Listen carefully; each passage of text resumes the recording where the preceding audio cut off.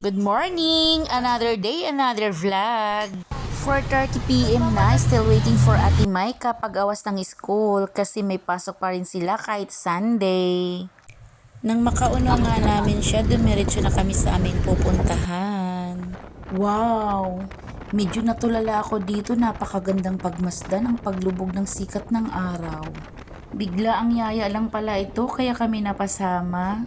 Dito nga pala ako sumakay sa likod ng pick-up kasi ayaw ko na sa loob at sobrang nahihilo ako. Kaya pasensya na sa ingay ng hangin.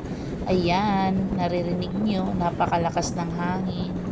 Nagsama-sama pala kami mga mahiluhin dito sa likod. Kasama ko si Katniss, kasama ko si Aiden.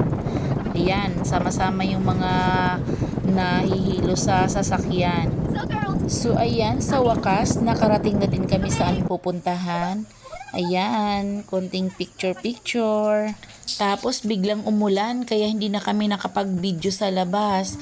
Ang ganda pa naman sana ng mga tanawin dito. Sayang nga lang, gabi na kami nung dumating. So ayan, todo papik naman to si Ate Casey, oh. Inantay lang namin si Madam para mag-order ng aming kakainin. So ayan, tamang pahinga lang muna kami dito habang inaantay namin si Madam na nag-order. So ayan, nahirapan umorder si Madam kaya ayan, todo lapit na rin tong si Ate Maika para makiki-order na rin.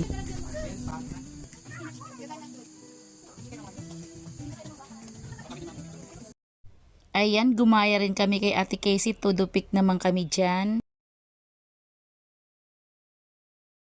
Ito nga pala yung view sa labas kung hindi nga lang sana maulan, kaso medyo maulan na dyan. Sa mga oras na yan, mga gutom na ang lahat. Kaya medyo nagkakaribok na, lalo na yung aming mga kids, mga super gutom na sila. Tamang antay na lang po kami sa magsiserve ng pagkain. So ayan, dumating na yung aming inaantay na food at super gutom na talaga sila. Siyempre kasama ako doon. So ayan, kakain na po kami. Thank you Lord sa blessing. Thank you for watching. Bye, ingat po tayo and God bless. See you in my next vlog. Bye.